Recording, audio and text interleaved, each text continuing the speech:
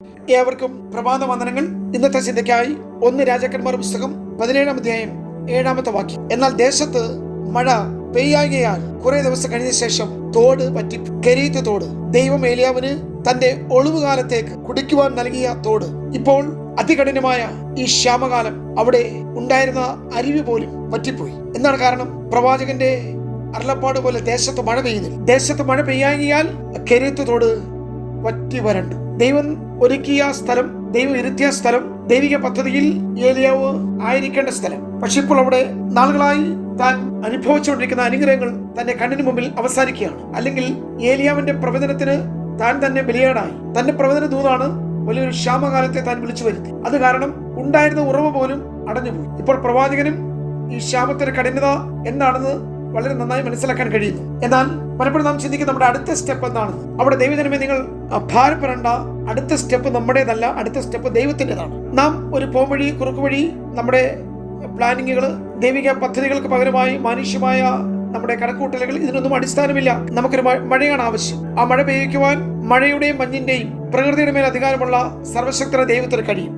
തോട് പറ്റിയാൽ എന്ത് ചെയ്യും? ഏതൊരു വ്യക്തിയും അറിയാതെ ന്യായമായി ചോദിച്ചു പോകും. ദേശത്തെങ്ങും മഴയില്ല, തോട് പറ്റി, ഒരു തുള്ളി വെള്ളത്തിന്റെ പ്രതീക്ഷ എങ്ങുമില്ല. നാളുകളായി മഴ പെയ്യാതെ ഭൂമി വരണ്ടുണങ്ങി കിടക്കുകയാണ്. നാളിതുവരെയും ഈ പ്രവാചകനെ ദൈവം ഒളിപ്പിച്ചിരുന്ന സ്ഥലമാണ് കെരീത്ത്. അവിടെ ദൈവിക പദ്ധതി പ്രകാരം പ്രവാചകനെ കരുതുവാൻ, ഏലിയാവിനെ പുലർത്തുവാൻ ദൈവത്തിൻ്റെതായുള്ള മാർഗമുണ്ടായിരുന്നു. ഇപ്പോൾ കാക്കയുടെ വരവ് നിന്നു, ഈ തോടും പറ്റി. പക്ഷെ ഏലിയാവിന് വിഷയം കാക്കയല്ല, ഏലിയാവിന് വിഷയം കാക്കയുടെ വായിലെ അപ്പമല്ല, ഏലിയാവിന് വിഷയം തന്റെ മുമ്പിൽ ഒഴുകുന്ന ഈ അരുവിയല്ല.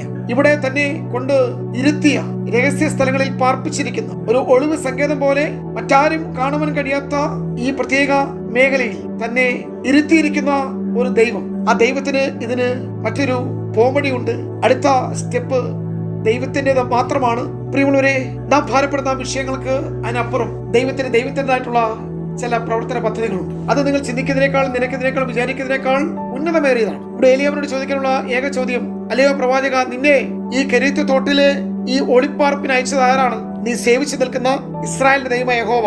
ആ ദൈവം നിന്നെ ഇവിടെ ഇരുത്തിയിരിക്കുന്നെങ്കിൽ ഇവിടുത്തെ വഴി അടയുമ്പോൾ മറ്റു വഴികൾ ദൈവം തന്നെ തുറക്കും. തീക്കൽപ്പാറയിൽ നിന്ന് വെള്ളം പുറപ്പെടുവിച്ച ദൈവം ജീവിക്കുന്നു. മരുഭൂമിയെ നീരുറവും ജലതടവുമാക്കി തീർത്ത ദൈവം, ആ ദൈവം ജീവിക്കുമ്പോൾ തോട് പറ്റിയാൽ എന്നുള്ളത് അപ്രസക്തമായ ഒരു ചോദ്യമാണ്. തോടുകൾ വറ്റട്ടെ, കാക്കയുടെ വരവ് നിലയ്ക്കട്ടെ, നിങ്ങളുടെ കണ്ണിന് മുമ്പിലുള്ള ജീവിത സാഹചര്യങ്ങൾ മാറി മറയട്ടെ. എന്നാലും ഒരു ഭക്തന് പറയാൻ കഴിയുന്നത്, ദൈവം എനിക്ക് അനുകൂലമെങ്കിൽ പ്രതികൂലമാരെ. പഴയ നിയമത്തിൽ യാക്കോബ് ഇങ്ങനെ പറഞ്ഞു, സകലവും എനിക്ക് പ്രതികൂലം. പക്ഷേ പുതിയ നിയമത്തിൽ അപ്പോസ്തലനായ പൗലോസ് പറയുന്നത്, എനിക്ക് പ്രതികൂലങ്ങളില്ലെന്നല്ല, പ്രശ്നങ്ങളില്ലെന്നല്ല, പോരാട്ടങ്ങളില്ലെന്നല്ല, ദൈവം എനിക്ക് അനുകൂലമാണ്. പ്രിയമുള്ളവരെ, 8-ാമത്തെ വാക്യത്തിൽ ഇങ്ങനെ നമുക്ക് കാണാൻ കഴിയുന്നു, അപ്പോൾ അവന് യഹോവയുടെ അരുളപ്പാടുണ്ടായി. ദേശത്ത് മഴ പെയ്യാതായി, തോടും പറ്റി. അപ്പോൾ യഹോവയുടെ വചനം വന്നു. ദേശത്തിനും പറ്റി വരേണ്ട തോടുകൾക്കും ആവശ്യം യഹോവയുടെ വചനമാണ്. തോട് പറ്റിയാൽ ഏലിയോ മറ്റൊരു പദ്ധതിയും തയ്യാറാക്കേണ്ട ആവശ്യമില്ല. തോട് പറ്റിയാൽ അവിശ്വസിക്കുവാനുള്ള പരീക്ഷ നമുക്ക് സ്വാഭാവികമാണ്. എന്നാൽ 8-ാമത്തെ വാക്യം പറയുന്നു, അപ്പോൾ, എപ്പോൾ? കാക്കയുടെ വരവ് നിന്നപ്പോൾ, തോട് പറ്റിയപ്പോൾ. അടുത്ത സ്റ്റെപ്പ് എന്താണെന്ന് അറിയാൻ കഴിയാതെ ഭാരപ്പെട്ടപ്പോൾ, എന്റെ ഭാവി, എന്റെ ജീവിതം, എന്റെ നാളെ, എന്റെ ജീവൻ നിലനിൽക്കുവാനുള്ള ആഹാരം, എന്റെ സംരക്ഷണം, എനിക്ക് ആവശ്യമായ കരുതലുകൾ എന്താണ്, എങ്ങനെയാണ്, എപ്രകാരമാണ്, എവിടെ നിന്നാണ് എന്നൊക്കെയുള്ള ചോദ്യങ്ങൾ ഉയരുമ്പോൾ അപ്പോൾ ദൈവം ഇടപെട്ടുകൊള്ളും. പ്രിയമുള്ള ദൈവത്തിന് വേറെ പരിപാടികളുണ്ട്. ആ പരിപാടി ഏലിയാവുമാർക്ക് അഗോചരമാണ്. എന്താണ് ദൈവം പറഞ്ഞത്? കെരീത്തിൽ നിന്ന് സീദോനടുത്തുള്ള സാരാഫത്തിലേക്ക്. വാക്യം 9, ഏലിയാവെ, കെരീത്തിലെ മാസം കഴിഞ്ഞു. ഇവിടുത്തെ തോടുകളെല്ലാം വറ്റുന്ന തോടുകളാണ്. വറ്റാത്ത ഉറവ ജീവനുള്ള ദൈവമാണ്. ആ നീരുറവിലേക്ക് ഓടിയെത്തുന്ന ഒരു മാനായി വിശ്വാസി മാറണം. സങ്കീർത്തനം 42:12, ഞാൻ എപ്പോൾ ദൈവസന്നിധിയിൽ ചെല്ലുവാൻ ഇടയാകും എന്നാണ് കുറെ പുത്രന്മാർ ചോദിച്ചത്. പ്രിയമുള്ളവരെ, ഏലിയാവിനെ ദൈവം അടുത്തത് സംരക്ഷിക്കുന്നത് രാജാവിന്റെ കൊട്ടാരത്തിലല്ല, വിധവയുടെ കുടിലിലാണ് ദൈവം ഭക്തനെ പോറ്റിയത്. യെശയ്യാപ്രവചനം 55:8 പറയുന്നു, എന്റെ വിചാരങ്ങൾ നിങ്ങളുടെ വിചാരങ്ങളല്ല, നിങ്ങളുടെ വഴികൾ എന്റെ വഴികളുമല്ല എന്ന് യഹോവ അരുളി ചെയ്യും. തോട് പറ്റുമ്പോൾ നമ്മുടെ പാട്ടുകൾ അവസാനിക്കും, സന്തോഷം നഷ്ടപ്പെടും, നാം ദുഃഖിച്ച് തല താഴ്ത്തും. നമ്മുടെ മുമ്പിൽ പ്രശ്നങ്ങൾ മാത്രം കാണുന്ന അവിശ്വാസികൾ രൂപപ്പെട്ടു വരും. എന്നാൽ വിശ്വാസത്തിന് കണ്ണുയർത്തി ഇന്ന് കാണുന്ന കാഴ്ചകൾക്കപ്പുറത്ത്, ഈ മരുഭൂമിക്കപ്പുറത്ത്, പറ്റിയ തോടിനപ്പുറത്ത്, അതെ, ഒരു മഴയുടെ മേഘമുണ്ട്, കൈപ്പത്തിയോളമുള്ള ഒരു മേഘമുണ്ട്. നിങ്ങൾ കാത് തുറന്ന് കേട്ടാൽ വലിയ മഴയുടെ മുഴക്കമുണ്ട്. ക്ഷമയോടെ കാത്തിരിക്കും. നിങ്ങൾക്ക് വേണ്ടി യഹോവയുടെ വചനം വരും. ദേശത്ത് മഴ പെയ്യും. വിത്ത് വിതയ്ക്കുവാൻ ഒരുങ്ങിക്കൊള്ളുക.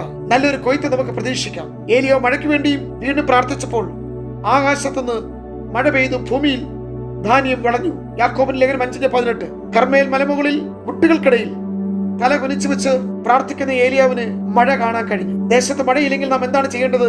നാം പ്രാർത്ഥിക്കും. ദൈവമാണ് മഴ അയക്കുന്നത്. ദൈവമാണ് മാരിയെ പെയ്യ്ക്കുന്നത്. ഒരു അനുഗ്രഹമാരി നമ്മുടെ മേൽ പെയ്തിറക്കും. ധാന്യം വിളയും. വലിയ കൊയ്ത്ത് നടക്കും. പാണ്ഡികശാലകൾ നിറഞ്ഞ കവിയും. നിങ്ങൾക്ക് സമൃദ്ധി ഉണ്ടാകും. അതുകൊണ്ട് ഇന്ന് കാണുന്ന ഈ ക്ഷാമം താൽക്കാലികമാണ്. പറ്റിയ തോടല്ല നമ്മുടെ മുമ്പുള്ള പ്രശ്നം. ദൈവം ഒരുക്കുന്ന അടുത്ത ചില ഓപ്പണിങ്ങുകൾ. അവിടെയും ദൈവം സാരഫത്തെ വിധവയോട് കൽപ്പിച്ചിരിക്കും. അനേക വിധവമാർ സാരഫത്തിലുണ്ട്. പക്ഷേ ദൈവം കൽപ്പിച്ച ഒരു വിധവ ആ വീട്ടിലേക്ക് ഏലിയാവ് നടന്നു നീങ്ങിയ. നിങ്ങൾക്ക് വേണ്ടി ദൈവം ഒരുക്കുന്ന ഉറവകൾ. കെരീത്തിലെ ഒരു വഴി അടഞ്ഞാൽ സാരഫത്തിൽ 2 വഴികൾ ദൈവം തുറന്നു. അതേ പ്രിയമുള്ളവരെ, ഇത് നിങ്ങളുടെ വിടുതലിന്റെ ദിനമാണ്. നിങ്ങളുടെ പ്രാർത്ഥന വിഷയത്തിന് മറുപടികൾ ഇന്ന് പാർക്കാൻ നിങ്ങൾ കാണും. നിങ്ങൾ അനുഗ്രഹം അനുഭവിക്കും. നിങ്ങൾ നന്മ പ്രാപിക്കും. ദേശത്തെ ക്ഷാമം തീരും വരെയും മഴ പെയ്യുന്ന നാൾ വരെയും ഏലിയാവ് വിധവയുടെ വീട്ടിൽ പാർത്തു. അവിടെ രാവിലെ വൈകിട്ടുള്ള കാക്കിയല്ല, സുഭിക്ഷമായി ധാരാളമായി സമൃദ്ധിയുടെ ദിനങ്ങൾ. കാരണം ഒരിക്കലും അവിടുത്തെ എണ്ണ കുറഞ്ഞില്ല. കലത്തിലെ മാവ് തീർന്നു പോയില്ല. കെരീത്തിൽ തീരട്ടെ, ഉറവകൾ വറ്റട്ടെ, കാക്കയുടെ വരവ് നിലയ്ക്കട്ടെ. പക്ഷെ അടുത്ത ഓപ്പണിങ്ങുകൾ ഒരിക്കലും അവസാനിക്കാത്ത, തീർന്നു പോകാത്ത, കുറഞ്ഞു പോകാത്ത കലത്തിലെ മാവും ഭരണിയിലെ എണ്ണയും നിങ്ങൾക്ക് വേണ്ടി ദൈവം ഒരുക്കിയിട്ടുണ്ട്. ഈ വചനങ്ങൾ വിശ്വസിക്കുക. ദൈവം നമ്മെ സഹായിക്കട്ടെ. God bless you.